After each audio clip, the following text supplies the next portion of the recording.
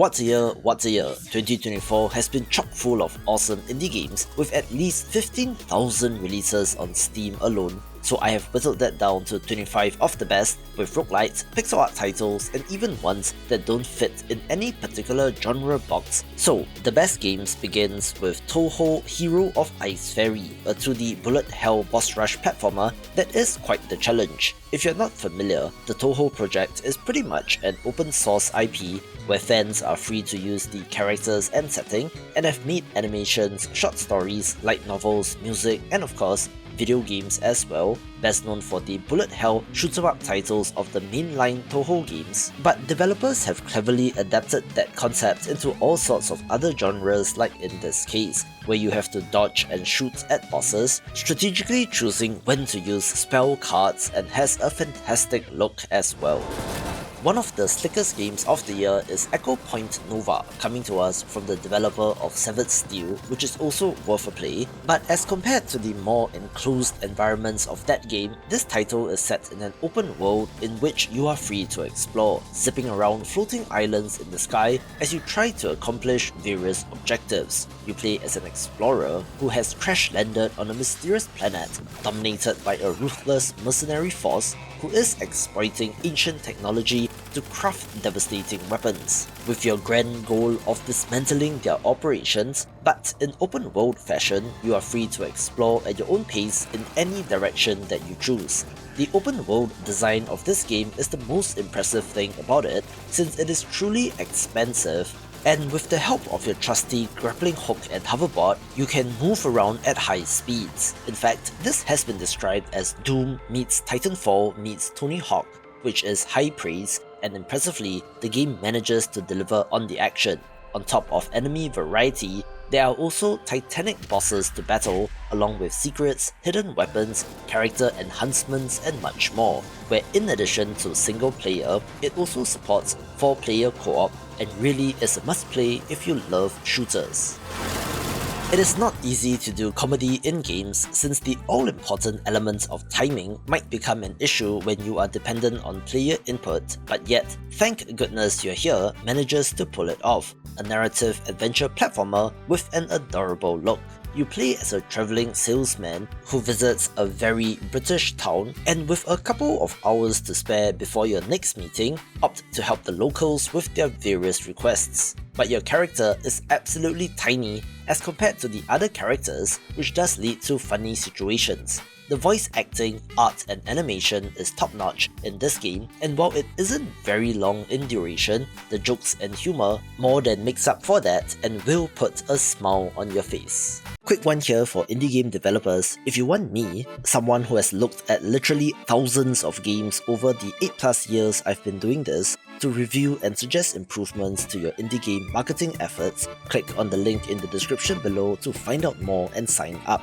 A title that kind of came out of nowhere is Luma Island, a sandbox action-adventure crafting title that has impressed me, in which you start off with your caravan and can eventually upgrade it into a manor. You are exploring this new island, adventuring in caves, solving puzzles and helping the locals, and have a choice of 7 professions to master, from blacksmith to fisherman and even archaeologist, each with its own path and variety of tasks. The crafting gameplay loop is present, in which you upgrade your tools to be able to gather even better materials as the progression, with fetch quest style objectives to keep you trucking along. There are also Luma, which are little pets which you can get to help you out, and while you can do activities like farming, it is not so much a farming sim, also having streamlined systems like no energy meter or the need to sleep. As such, it can become a little bit grindy, but with co-op support, it's a fantastic title to spend hours in with friends or family,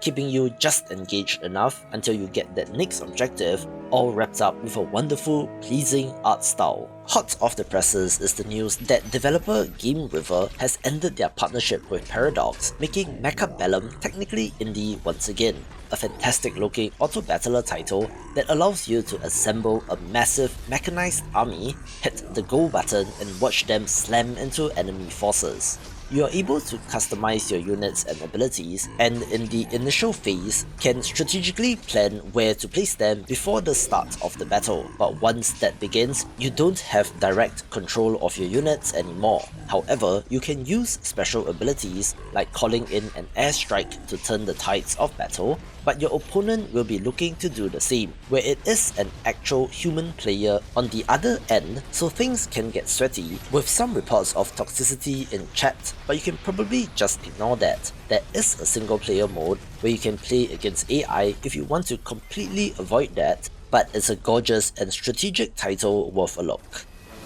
It was somewhat of a miracle that Secrets of Grandia released out of early access earlier this year, since it spent like 9 years in development, where I have to commend the developers for at least being consistent in their efforts, where slow and steady over the long haul and not quitting has made this into quite the product. This is an action-adventure RPG with a 16-bit pixel art look, having that very classic fantasy setting of dragons, slimes, mimics, and more as you venture into dungeons and battle enemies and bosses. In addition to combat, there are also a variety of side activities like your own home to customize, fishing, crafting, raising pets, and a variety of mini-games, giving you something else to do before you delve into the next dungeon. It does also have an arcade mode in addition to the story mode, which has more of a roguelike structure, with the town as the main hub area for progression, also having co-op support for up to 4 players. Story really isn't the main draw here, but if you're looking for an experience similar to crosscode or old school Zelda games, then this might be of note. Another release out of early access is Peglin, the pachinko roguelite RPG in which you play as a goblin fighting its way through the forest in order to get to the heart of the dragon's lair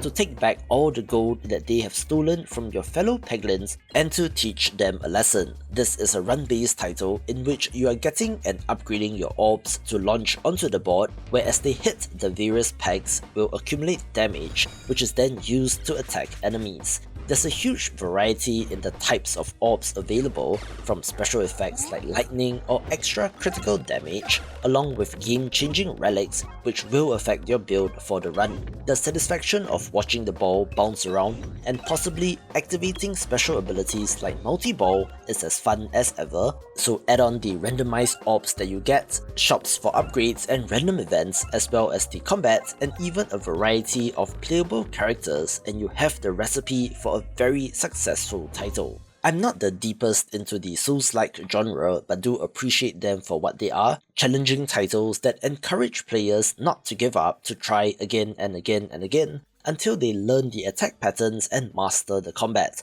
which was why Another Crab's Treasure stood out, being, obviously, much more visually vibrant as compared to the grimdark gothic inspiration of other games in this space. You play as a hermit crab whose shell has been repossessed, now having to adventure across the undersea kingdom on a treasure hunt so that he can buy it back. I love how the enemies and bosses are a variety of sea creatures and wield weapons like discarded plastic forks and chopsticks, with the social media game of their community manager being excellent, and hey, they are welcoming to new players as well, giving you a gun if you're frustrated with a particular boss, so extra points for that. I'm not sure where to place this title since Buckshot Roulette defies genres, being a competitive title that has you and your opponent taking turns to fire a shotgun either at yourself or at the other player, where it may or may not be loaded and you end up testing your luck. By default, you're playing against the CPU-controlled dealer, although they did add multiplayer support as well, where you do have items to help such as handcuffs, which makes the other player skip a turn and so on. The art style makes it stand out as well, and given that it has a relatively low price, has managed to sell a stupid number of copies, also having a very interesting launch strategy since there is a free version of this on itch.io, with the Steam release having more content, but the itch version is fully playable and might be something to consider if you're an indie developer.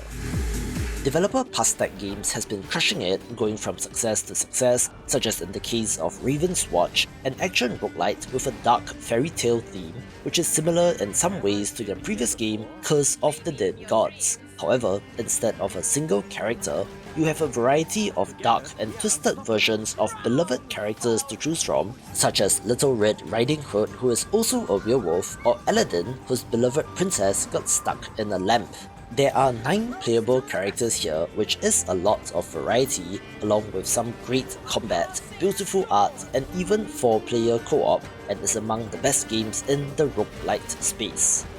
Like Secrets of Grandia mentioned earlier, we have 1.0 releases which seem like they had been in early access for forever, another example of which is Nova Drift, an arena action roguelike title with a sci-fi theme. This takes inspiration from the arcade space combat shooters of old, like really old, think Asteroids or Space Invaders, and gives it modern sheen and polish, also adding roguelite style randomness in enemies and bosses that you face, but also the upgrades and weapons that you get access to. There are 3 main components here in the weapon, shield and body gear, which you're able to mix and match to create powerful builds. There are mines, lasers, swords, a ramming build, one where you spawn smaller constructs to attack your enemies for you, the ability to teleport, create a shield, use fire, have your projectiles wrap around the screen, and so much more, having endless possible combinations, which is the fun of this game. You are always given something new to try and thus have multiple game modes, including Endless, which allows you to continue to play after you beat a run,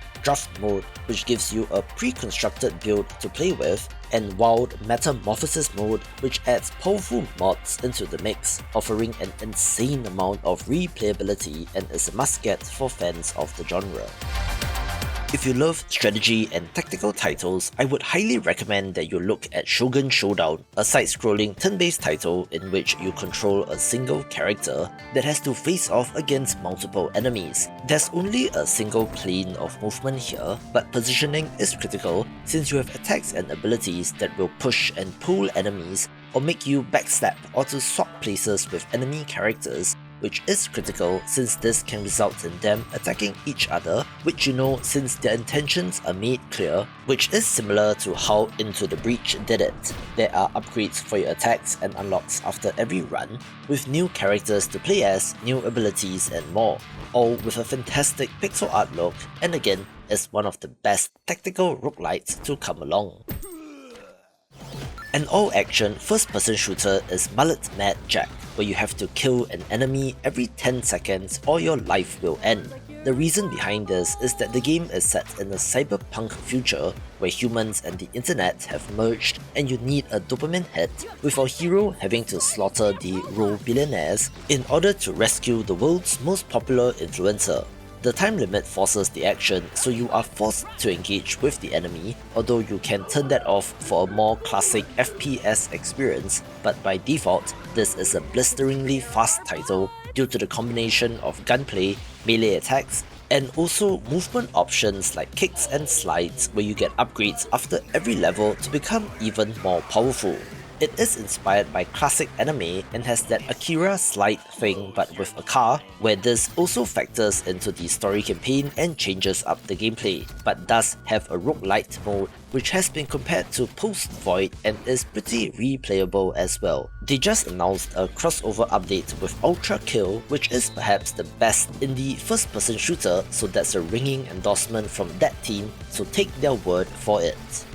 An amazing title that was going under the radar for a little while is Jova Forsaken Kin, but people are beginning to catch on and it is seeing a surge in popularity. This is an action-adventure RPG set in a world inspired by Celtic mythology, where you play as a nobody who has to make your own path in the world. It has an open world structure, so you are free to explore, and will quickly die if you end up somewhere you are under-leveled for, where your choices and actions will shape the environment. A society has discovered the power of a dead empire, where they can capture and harness the spirits that govern nature, which naturally leads to anger from the remaining spirits, and it is against this backdrop that 2 rival factions have emerged and you can choose which to join. For the most part, this is action-adventure RPG stuff, so combat as well as equipment and loot, but does have gathering resources, a crafting system and trading of equipment. This is from a small German team, which is of note since this game has been compared to the Gothic series of RPG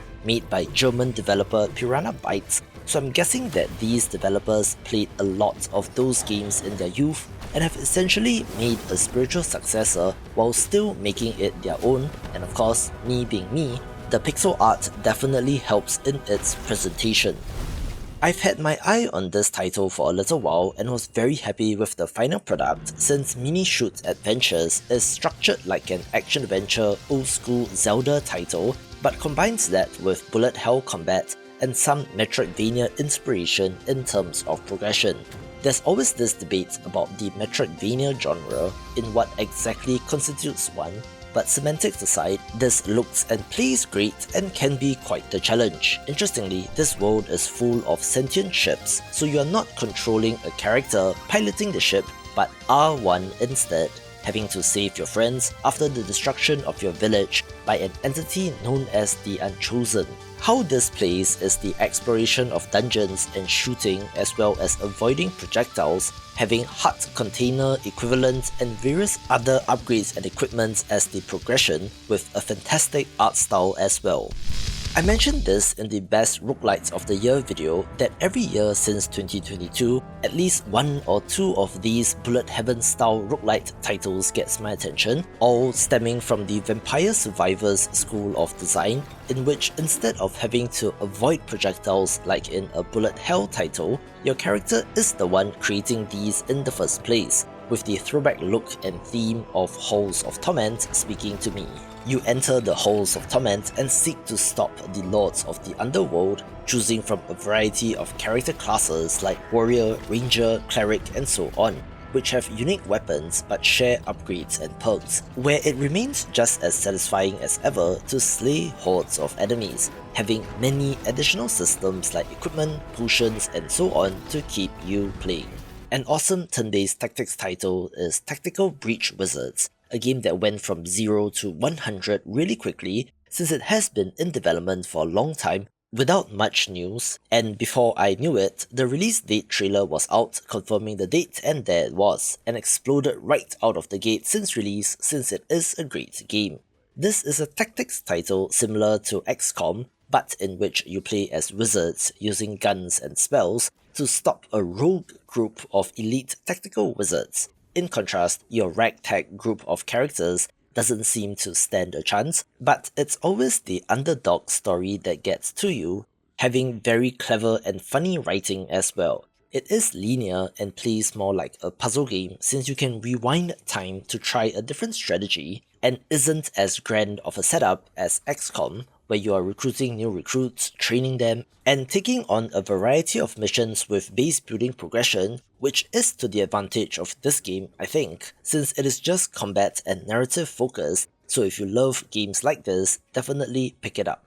Game developer and YouTuber Jonas Tyroler is also on a roll, since it appears that everything he touches turns into gold, from Islanders to Will You Snail and now Thronefall as well. This is a minimalist defense RTS title that strips away unnecessary complexity, combining classic base building gameplay with more hack and slay action, simplifying things since you're not an omniscient god or commander-like character, but control a single character on horseback instead, which is represented in the game. This is your interface with the game world where you have to go up to a building to cause the menu to pop up so that you can upgrade a building, mixing base building by day and defense by night. Strategic decisions have to be made between economy and defense, whether you train more archers or build more mills, where both are necessary for your long-term survival. I love the look of this game, with various maps to play on being quite unique and fun, unlocking new units and buildings after every map, and has multiple difficulty levels per map, as well as a roguelite mode, and is easily one of the best indie games ever.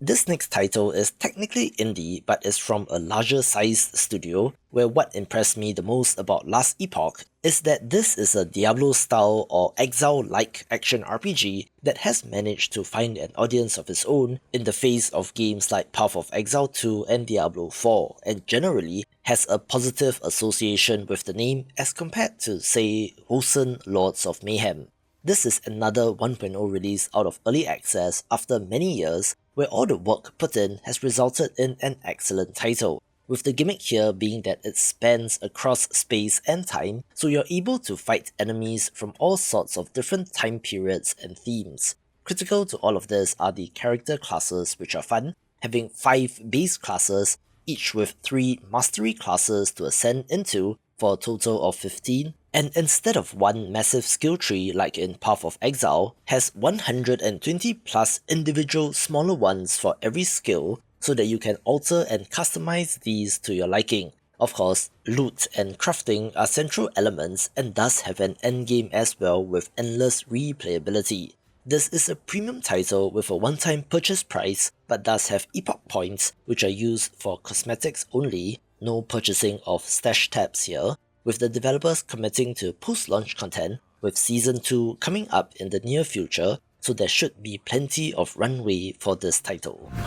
It was a great year for 1.0 releases, where early access lends itself particularly well to sandbox crafting games, an excellent one of which is Core Keeper. Think of games like Minecraft or Terraria, but with more of a top-down camera angle and you get the idea, where you venture out to gather resources and bring it back to your home base to process, using refined materials to craft better tools and equipment, or even to construct useful facilities for your base itself. This has an array of diverse biomes to explore, each with their own ecosystem teeming with flora and fauna, discovering more about the world as you uncover the secrets of ancient civilizations. Combat is also more involved and does have boss fights against legendary titans, which is necessary if you want to progress the story, also having RPG style leveling with talent points to allocate to your abilities. In sandbox game fashion, everything in this game is customizable from every aspect of your base in terms of shape,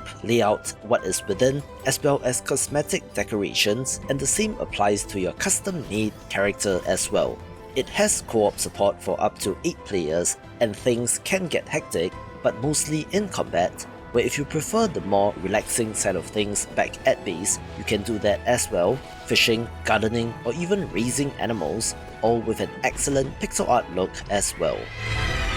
I thought 2024 was going to be the year of the Metroidvania and combat-heavy titles, but alas, the conspicuous absence of the elephant in the room means that overall it wasn't that great, but luckily for us, we did get 9 Souls, which, for the record, is not a Metroidvania in my book, more resembling a 2D Souls-like platformer. Think Sekiro but side-scrolling and you get some idea. This does have quite a convoluted plot, with the English translation not being bad, but perhaps it's a bit difficult to follow, but stretch all of that and you still have an excellent combat-focused title. This has an emphasis on parrying enemy attacks, which you need to master in order to be successful, which does take a few tries, especially with new enemies and bosses, but once you get into the flow of things, combat does click. Some of the later bosses do present quite the challenge, so bear that in mind, but it's a great feeling title that will be for fans of the genre. It is no secret that I'm a big fan of the Heroes of Might and Magic series, being the perfect age for them when it was in its prime,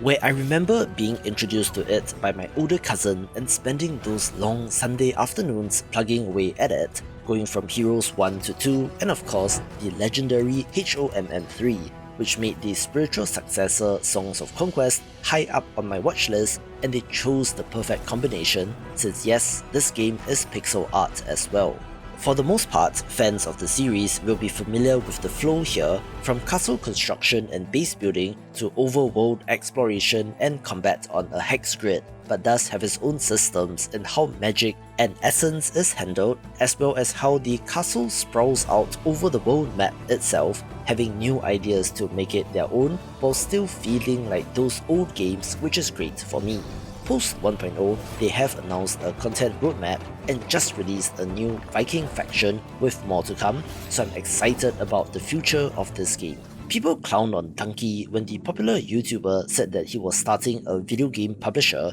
and was only going to publish good games, with concerns over conflict of interest, as well as what right does a mere YouTuber have to be involved in making games. So to all of those people, here's a healthy dose of humble pie, since they are 1-for-1 so far with Animal Well. This is the work of solo developer Billy Basso, who seems to have poured his heart and soul into the game, most notably in the custom engine that the game is running on, which allows him to apply physics and water simulation to pixel art and yet keep the file size of the entire game under 35 MB for a 7 to 10 hour game, which is very impressive. This game is like Halo 2 meets Halo 3, and what I mean by that is that it's an exploration-focused Metroidvania with no combat at all. Instead, you're doing Metroidvania-like stuff like platforming and finding key items which allow you to access new areas, but it is not your run-of-the-mill upgrades as well, but instead includes a bubble wand, a frisbee, a yo-yo and more, and really made me feel like a kid all over again, just exploring a new game to see what the developers made. So if you're bored of all the rinse and repeat generic stuff that admittedly does occur even in indie games despite all the innovation, this is a must get. I want to give a very special shout out to UFO 50 as well, since this game collection of 50, yes 50 games, took 6 people 8 years to make, and is a feat that is pretty much unparalleled in modern indie games, since every single one of these 50 titles are full games in themselves that would not be out of place on the NES, at least visually, while not exactly being a 1:1 match for the technical limitations of that hardware. Sure, the quality of the games might be uneven and you will have your favorites among the 50, so that is completely normal, but to even attempt a project like this deserves praise and goes to show what indie developers are capable of. The games follow the work of a fictional video game company who made all of these titles from 1982 to 1989 for a fictional game console, with some links, callbacks and cameos of characters that have appeared in earlier games, as well as a larger meta-narrative about these 50 games as a package. If you really wanted to, this game does track completion of each game, also having the ability to cherry a game by completing it under stricter conditions, but even just messing around and dabbling to see the ideas they came up with is fun, and hey, it's 50 cents per game if you think about it, so there's plenty of value here.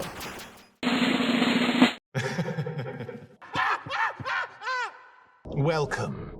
to the clown show. If you have been around games in 2024, it will be no surprise that Joker Poker Balatro gets top billing, where predictability is not necessarily a bad thing, and I don't want to swerve you with an out-of-left-field pick for no good reason, since this roguelite deck builder that uses poker hands but also upgrades to your cards and game-changing jokers is gambling levels of addictive as you watch your multiplier and score go up into absolutely ridiculous numbers. So well played, local thunk. And for fans of the game, there is a major content update coming in 2025, so be prepared for more hours of your life to get consumed by this game. Watch this video for upcoming games of 2025.